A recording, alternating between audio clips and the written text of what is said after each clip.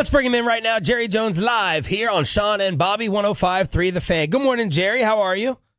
Good morning, Sean, Bobby, and great to be on this morning. Merry Christmas. Merry Christmas, sir. Congratulations on a very impressive, dominant win in Carolina. Just give us your thoughts on that performance. Well, I'll start with the defense. Good place to start. Yeah. And Mike Zimmer, really proud of what he's done, and they've done executing and putting in kind of use of our guys that Mike has had in mind. And candidly, I can go through many players, but I like what we're trying to do on defense and like the enthusiasm that we're playing. And, of course, Cooper Rush was a guy that I know we all thought against Cincinnati we could have gotten a little more out of Cooper. But, boy, is he making a huge difference in terms of really the running game.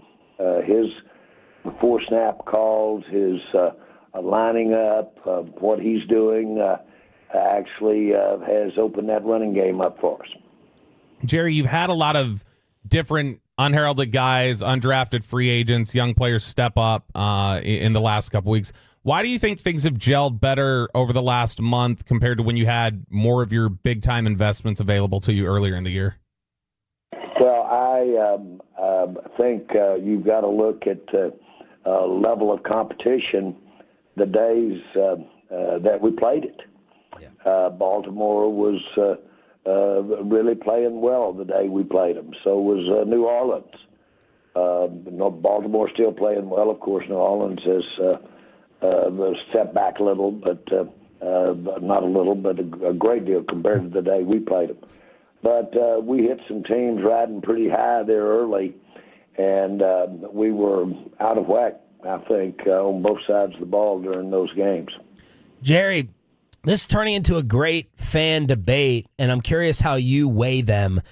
Having more of your pieces so far early in the year against better competition and losing those games the way you did versus the resolve and the depth stepping up here and not quitting against some lesser competition. How do you weigh and balance all that together?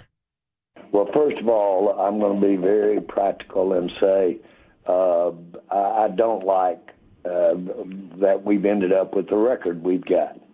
I don't care what the ebbs and flows of when you're playing your best or when you have basically had all your players out there, if you're going to look at player availability. All of that gets right down to where we are right now in the standings. And this is not where you want to be. It's not where we'd planned to be. And so I think that's got to be looked at and weighed carefully. How did you get here? And I don't care how well you're playing. Now, give us 2 or 3 more ball games, and if we're sitting here and we've won out and we're knocking on that door and could get in that playoffs, then that's the time to have a conversation as to whether or not you would have preferred it early, late, or in between. That's the great thing about a 17-game season. That's a great thing about pro football. It's pretty. The competition is really very level, and everybody's got good players. Everybody gets them hurt. Everybody's got a chance to compete with the number of teams we put in the playoff. All of it has made it the best I've ever seen it as far as the competition. Cowboys owner and general manager Jerry Jones joining us here on 105 through the Fan. So, Jerry, when we reference those players stepping up, those undrafted free agents, those young guys stepping up and playing like that feels like really great diamond mining from Will McClay, your personnel department. It seems like there's interest every offseason in Will from other teams. Have you ever allowed yourself to consider, okay, how, Will McClay or some of your scouting staff leaving would challenge what you guys have built, or do you just say, I'm not going to put myself in that headspace until it's absolutely necessary? No, you don't do that. You lose people. When you're successful, no matter what, that creates quite a demand for your people, and that's the NFL. And you see, you have a system in place that you want to reward anybody doing well, but we've got, you can have a lot of people involved on who gets on the field. And then you've got a lot of people involved that when they get on the field, how they play, that's your coaching staff. So you can't look at it as though any one person is got the responsibility for really this year. Very candidly, I don't know that you want the responsibility of a lot of, at least I haven't read from you guys, the media, that anybody's doing any favors out there as far as putting players on the field. Well, Jerry, I'm going to possibly do you a favor right here and ask if you'd like to spike the football over the running back argument that we've all talked about all year long. Has Rico Dowdle's play allowed you to spike the football with the Derrick Henry stuff and all the Zeke criticism throughout the year?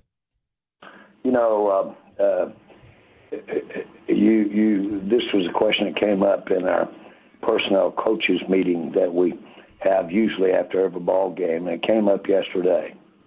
And Rico and his success relative to how we're blocking them. We're blocking them different. We're blocking it up different. Our quarterback is really, as I said earlier, our quarterback is really helping our running game by helping identify what we need to do when we get to the line of scrimmage. But we've made, again, like I say, some adjustments. But we've also see the very best of what Rico does the best. He can hit those soft spots, and he hits it violently. But it's a combination of things. And then you've got to be able to rush really reads quickly. He makes real quick reads out there. And he makes quick reads after the ball is snapped, of course, as well. And those are giving us some plays. I know a lot of people say, well, but I think his accuracy could use some improvement. And, of course, there's always room for improvement in anybody. But a combination of things, not only blocking it up, but of, let's say, giving them the ball.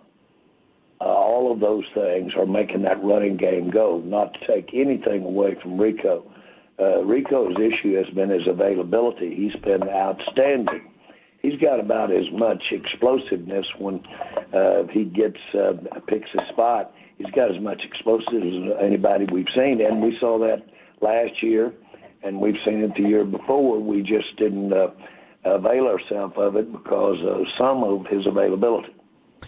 Jerry, our teammate here at the station, Brian Broaddus, a guy who worked for you for a number of years, he was talking recently, and he had said, man, I hate the idea of developing players like Oso Odigizua or Rico Dowdle, and then you have them leave in free agency, and you see some other team reap the rewards of the work that you put in. When you see those guys playing as well as they are, knowing that they're impending free agents, does that thought cross your mind, too, of I would hate to think that this work we've put in to help these guys grow might end up somewhere else? Well, that's zeroing in and good. It's a good thing to do. That's zeroing in on the player itself. What goes with leaving is how it fits in your cap and where you are, and that happens. Look at Pollard. Pollard's there with Tennessee, of course. And my point is, welcome to the NFL. You're basically, I was noticing Bill Belichick the other day, and the article was talking about his going to college and going to the collegiate game. And basically it's one of just really rotating players and to a big degree. And he's excited to see how that really fits his idea of how to put a team together. And so I think you're seeing where you're evolving that you're going to have a lot of movement in players. Jerry, we've talked a lot about the future of Mike McCarthy this year, and obviously we know Mike Zimmer's also got an expiring deal. As you evaluate their performance down the stretch, do you view McCarthy and Zimmer as kind of tied together? Well, in a way, I do, and especially after the last ball games. And but I think you're seeing the best of Mike Zimmer, and maybe I shouldn't say that. You're beginning to see some of the best, but maybe the best is still ahead of us. But he's been real impressive now, putting that defense together with the attrition that we've had with availability with our players. So I give him that. Mike, I don't know how you cannot say that his team has shown that they'll handle adversity, and he can get you there with the injury situation impacting the availability of those players. I hate to keep repeating that, but it's so obvious. And yet have that team playing at the level it's playing. So, I give them both high grades this year. Jerry Jones, brought to you by your North Texas Ford dealers. Ford is the best in Texas. I don't know how many times in our 15 years we've had you react to Stephen Jones headlines. So it's Stephen in the news over the past week. We'd love to get your comment on, number one, Stephen suggesting that this upcoming offseason, Jerry, could be a little bit tight with the budget as last offseason was. Could you just address and comment on that? Well, I think that I'm going to say that all seasons, when you're rolling with the expense that you have at the quarterback position, and I'm not just talking about the Cowboys, I'm talking about all teams. When you've made that kind of commitment, it's different than when you're dealing with a period of time when your quarterback isn't one of the higher paid players. And that's, I'm doing this generically. I'm not doing it for Stephen or doing it for the Dallas Cowboys. I'm doing it generically. Yeah. Anybody that is paying the premium price for the quarterback has got some tightness and some frugality involved in their salary cap, period. That's the system. And can that be done and successfully and really done in a way that gives you every bit the chance to go to the Super Bowl that others have? Absolutely it can be. And but it's just done with the recognition that you've got to make that work. We've really laid it in to at least two of our players this year, and I wouldn't redo that if I could redo it 1,000 times, because between Lamb and Prescott, we've got two cornerstones of how we're going to be playing ball over the next 4 or 5 years. That's a good thing, and I'm excited about it. But it's going to cause us to have to be real good managers as we go forward. So, Jerry, I'm fully admitting this is way above my head. I can't do the math. I don't pretend to understand the math. But different capologists on social media and out there that follow football say, well, the Cowboys can just flip the switches. You flip Dak, you flip Lamb, you got $100 million to spend. All you got to do is flip the switches. What do you say to those mathematicians? Nothing. I agree. Flip the switches, and you got what you got, but you can't. You've got a limit as to the availability of the under the cap when you flip those switches. Yeah. And I know I'm taking liberty with your flip the switch comment, which I'm not opposed to that type of definition, but still, you make your choices. I think they're saying the same thing. You make choices, and you see how you're going to manage your cap when you've. It's a different management when you've got the higher-priced player at quarterback.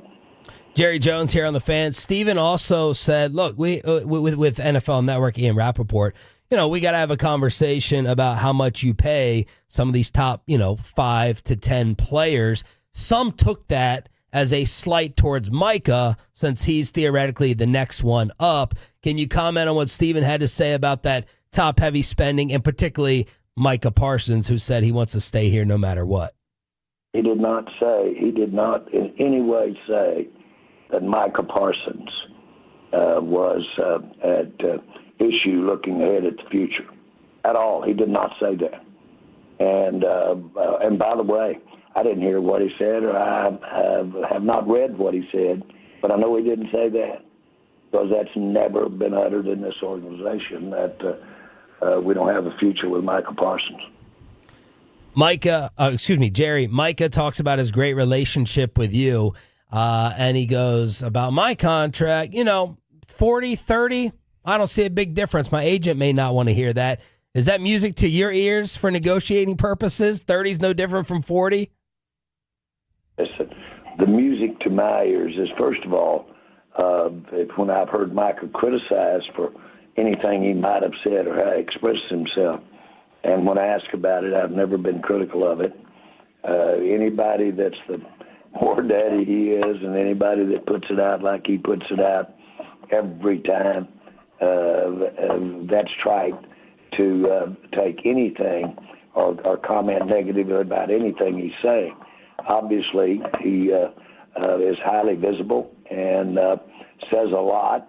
And when you say a lot, take it from somebody who says a lot. Okay, then that gives a lot of fodder. Nothing wrong with that at all. It's real interesting that he could be the player that he is and have the views that he has. I'll be very candid with you. If I were a fan, I'd listen to what Micah Parsons got to say, because it's real informative, and he enjoys the heartbeat of the team, and because he is, in a way, a major part of the heartbeat of the team. Well, Jerry, since you said that, I got excited when I heard Micah say yesterday, I expect us to be big free agent players. So should we listen closely to that since you just suggested it? Those generic things, how do you you define big free agent players? How do you define that? Numbers, financial, but even your capologists that you're talking about, I'm sure will tell you that every team has its limit, and how you spend that around, if you're fortunate enough to have some guys that aren't in free agency that you are paying, the cap does not distinguish. Well, you get to pay your own players, plus you get to have what everybody else has got in free agency, including the ones that aren't playing their own players. Well, that's a complete BS. And not to be cynical about it, but it's pretty easy for everybody. Everybody gets up, and everybody understands the amount of money they have in their bank account and what they want or what they might owe. Everybody gets that. And under the rules, you have to spend within that. If you go outside of it, they don't even ask. They just take the player at the bottom and they start cutting them up for you all the way up the ladder until they get to the room where you're no longer over the cap. So it's a very bright line. Cowboys owner and GM Jerry Jones joining us here on 105 through the Fan. Jerry, Trayvon Diggs was shut down for the year. He's going to undergo knee surgery. Clarence Hill reported over the weekend that the team was unhappy with the way Diggs attacked his ACL rehab last year and into his offseason. What are your thoughts on that report? Again, you wouldn't have anybody in our organization ever, not the ones that know anything about his rehab, and not everybody knows that. But you wouldn't have anybody make that kind of comment. I can assure you that nobody from within the Cowboys said that. Jerry, how are you feeling about Trayvon's timeline? Is it just way too early? Or are you thinking training camp or start a season for a return? Well, again, I could not in any way that rehab and the time connected with the rehab can be really dramatically different for each player, and with the same injury. And so you're pretty. You obviously can see, and I can, that he's out for the season. But when he returned next year, would be the same circumstances in trying to predict when Overshown would be back. These injuries in late season, when you've got this season that for all practical purposes begins really in camp the following year, a lot of these injuries are by definition year-long rehabbed recovery length. And so you can do the math. That pushes it into the year. All right, Jerry, last one. I want to finish up with a final taste of that Carolina victory. Xavier Legette, their receiver, says that he eats raccoon, and that set the food world ablaze. We talk about hunting and game with you. Have you ever had raccoon or anything similar which would shock a lot of other non-hunters or game eaters? I've eaten a lot of raccoon. Yes. The answer is yes. And I've eaten it hunting. I've actually had it served by my mom at the table away from hunting. And I have eaten raccoon. And yes, it's not uncommon at all. I'll tell you something that is one of my favorites is squirrel. And it's wonderful, and my mother could do a great job of it. And we all had our favorite pieces, and my dad and sister, I have one sibling, a sister, and they would fight over, not fight, but my mom and I, they were just, my sister and I as far as siblings, my mom and I wouldn't even ask for the brain in a squirrel. Oh, man. Oh. And delicious, seriously. My dad loves cow my brain. sister always got it, or my dad. The fight over the brain. Jerry Jones delivering like no one else can. Thank you for addressing all the topics. Congratulations on the dominant victory, and good luck against Tampa. You bet, guys. Have a good day.